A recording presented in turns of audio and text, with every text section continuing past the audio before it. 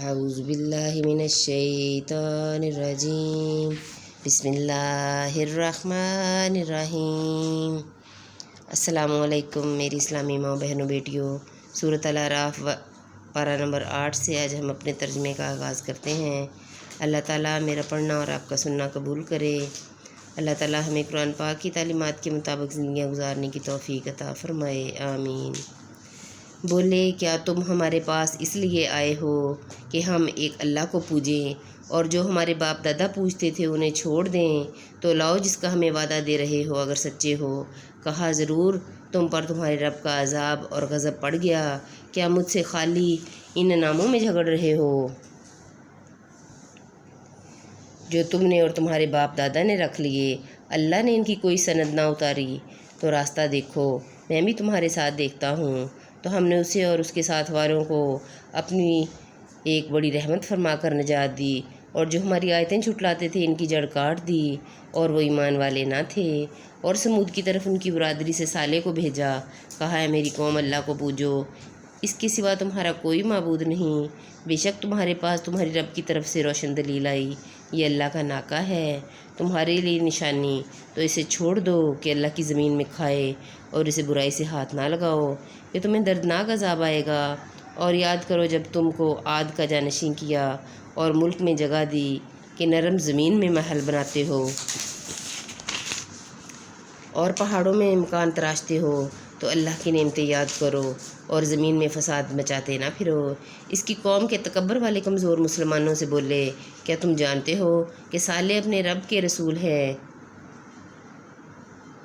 बोले, वो जो कुछ लेकर भेजे गए हम इस पर ईमान रखते हैं। मुतकब्बर बोले, जिस पर तुम ईमान लाए हमें इससे इनकार है।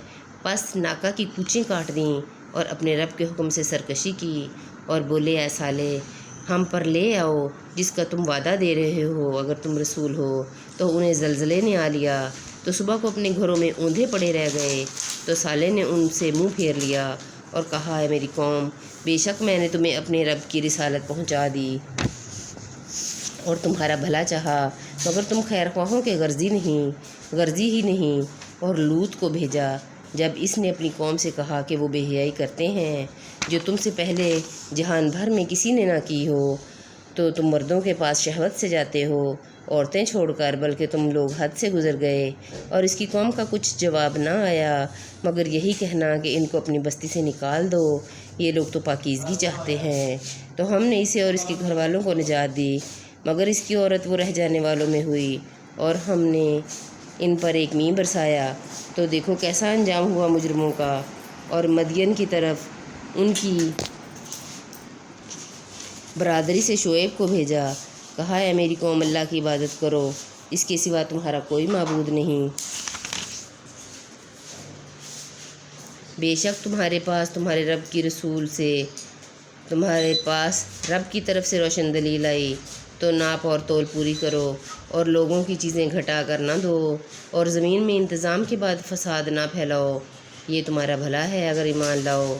और हर रास्ते पर यूँ ना बैठो कि राहगीरों को डराओ, और अल्लाह की राह से उन्हें रोको जो इस पर ईमान लाए और इसमें कजी चाहो। और याद करो जब तुम थोड़े थे उसने तुम्हें बढ़ा दिया, और देखो फसादियों का कैसा अंजाम हुआ। और अगर तुम में एक गिरोह इस पर ईमान लाया जो मैं लेकर भेजा गया, और एक गिरोह ने ना माना, तो ठहरे रहो यहाँ तक कि अल्लाह हमें फ़ैसला करे, और अल्लाह का फ़ैसला सबसे बेहतर है। सुबहान अल्लाह।